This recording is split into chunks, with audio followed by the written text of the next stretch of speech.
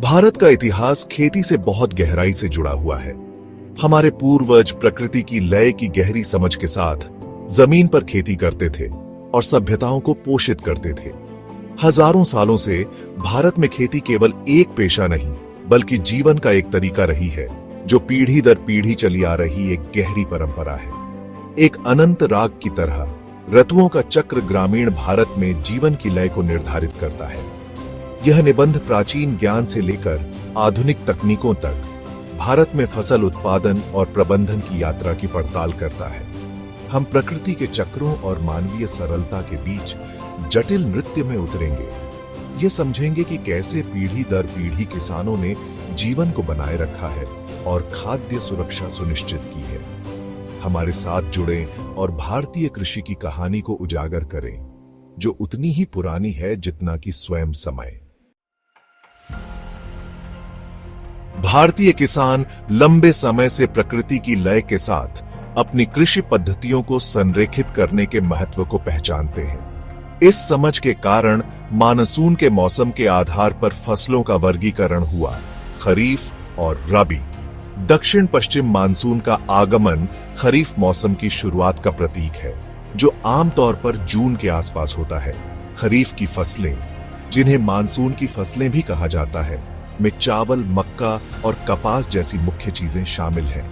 ये फसलें गर्म, आर्द्र जलवायु और मानसून के महीनों की विशेषता वाली पर्याप्त वर्षा में पनपती हैं। जैसे जैसे मानसून कम होता है और मौसम ठंडे तापमान में बदलता है, रबी का मौसम अक्टूबर के आसपास शुरू होता है। जिस तरह एक संगीतकार किसी प्रस्तुति से पहले अपने वाद्य को तैयार करता है, उसी तरह किसान बुवाई से पहले मिट्टी को सावधानी पूर्वक तैयार करते हैं। स्वस्थ मिट्टी सफल कृषि की नींव होती है, जो पौधों की वृद्धि के लिए आवश्यक पोषक तत्व और सहायता प्रदान करती है। पारंपरिक भारतीय कृषि पद्धतियां मिट्टी के स्वास्थ्य पर बहुत जोर देती हैं। इसे कृषि उत्पादकता का आधार मानती है। सदियों से किसानों ने मिट्टी की संरचना, वातन और पोषक तत्वों में सुधार के लिए जुताई और खाद बनाने जैसी तकनीकों को नियोजित किया है। जुताई में मिट्टी को ढीला करना और पलटना शामिल है, जबकि जुताई से खरपतवार निकालने और कार्बनिक पदार्थों को शामिल करने में मदद मिलती है। खाद बनाना एक सदियों पुरानी प्रथा विघटित कार्बनिक पदार्थों से प्राप्त आवश्यक पोषक तत्वों से मिट्टी को समृद्ध करती है। स्वस्थ बीजों का चयन एक सफल फसल के लिए सर्वोपरि है। किसान स्थानीय जलवायु और मिट्टी की स्थिति के लिए विविधता, रोग प्रतिरोधक क्षमता और उपयुक्तता जैसे कारकों के आधार पर सावधानी पूर्वक बीजों का चयन करते हैं। बीज चयन के पारंपरिक तरीकों में अक्सर आकार और रंग के लिए बीजों का नेत्रहीन निरीक्षण करना शामिल होता है।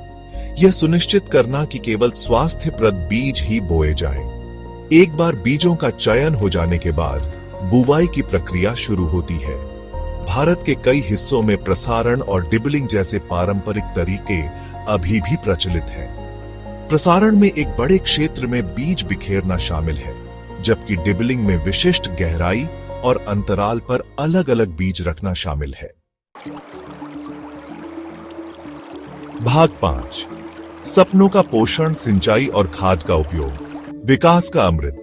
देखिए, पानी खेती की जीवन रेखा है और सिंचाई यह सुनिश्चित करने में महत्वपूर्ण भूमिका निभाती है कि फसलों को पर्याप्त नमी मिले, खासकर कम वर्षा वाले क्षेत्रों में। नहरों, कुओं और टैंकों जैसी पारंपरिक सिंचाई पद्धतियों का उपयोग भारत में सदियों से खेतों तक पानी पहुंचाने के लिए किया जाता रहा है। पानी के अलावा पौधों को पनपने के लिए आवश्यक पोषक तत्वों की आवश्यकता होती है। पशु अपशिष्ट और विघटित पौधों के पदार्थ से प्राप्त जैविक खाद का उपयोग लंबे समय से मिट्टी की उर्वरता को बढ़ाने के लिए किया जाता रहा है। खाद डालने से न केवल पोषक तत्व मिलते हैं, बल्कि मिट्टी की संरचना और जल धारण क्षमता में भी सुधार होता है। भाग 6। वादे की रक्षा करना। कीट और खरपतवार नियंत्रण, इनाम की सुरक्षा।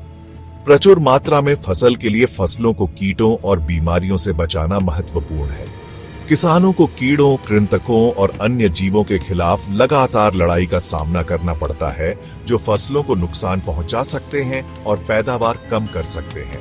कीट नियंत्रण के पारंपरिक तरीकों में अक्सर प्राकृतिक विकर्षक और शिकारियों को शामिल किया जाता है, जिससे हानिकारक रसायनों का उपयोग कम से कम हो जाता है। खरपतवार प्रबंधन फसल उत्पादन का एक और अनिवार्य पहलू है।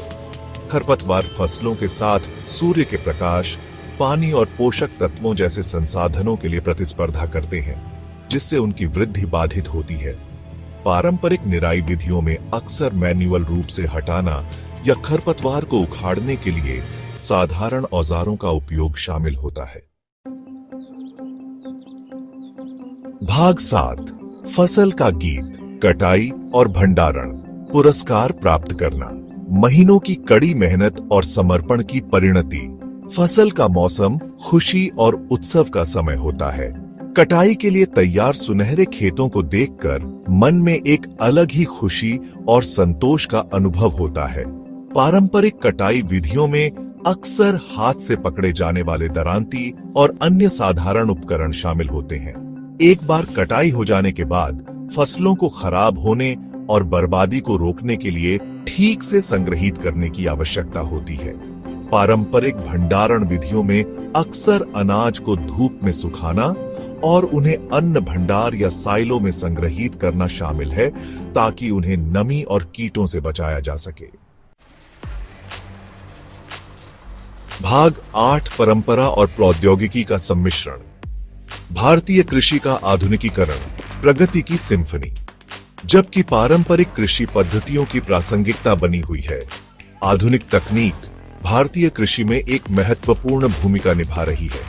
उन्नत बीज किस्मों से लेकर उन्नत सिंचाई तकनीकों तक प्रौद्योगिकी किसानों को उत्पादकता और स्थिरता बढ़ाने में मदद कर रही है। ट्रैक्टर और हार्वेस्टर जैसी मशीनरी के उपयोग से शारीरिक श्रम कम हो रहा है और दक्षता बढ़ रही है। सेंसर और डेटा एनालिटिक्स का उपयोग करते हुए सटीक कृषि तकनीक संसाधन के उपयोग को अनुकूलित कर रही है और पर्यावरणीय प्रभाव को कम कर रही है। भाग 9 निष्कर्ष। एक स्थायी भविष्य की ओर, धरती मां के लिए एक गीत। जब हम भारतीय कृषि के भविष्य की ओर देखते हैं, तो परंपरा और प्रौद्योगिकी के बीच संतुलन बनाना आवश्यक है। आने वाली पीढ़ियों के लिए खाद्य सुरक्षा सुनिश्चित करने के लिए ऐसी स्थायी कृषि पद्धतियों को अपनाना महत्वपूर्ण है, जो मिट्टी के स्वास्थ्य को प्राथमिकता दें, पानी का संरक्षण करें और रासायनिक आदानों को कम करें। आइए हम अपने पूर्वजों की विरासत का सम्मान करें कि वे भूमि का पोषण करते रहें और हमारे राष्ट्र का पेट भरते रहें। साथ ही भारतीय कृषि के उज्जवल भविष्य के लिए नवाचार और स्थायी प्रथाओं को अपनाएं।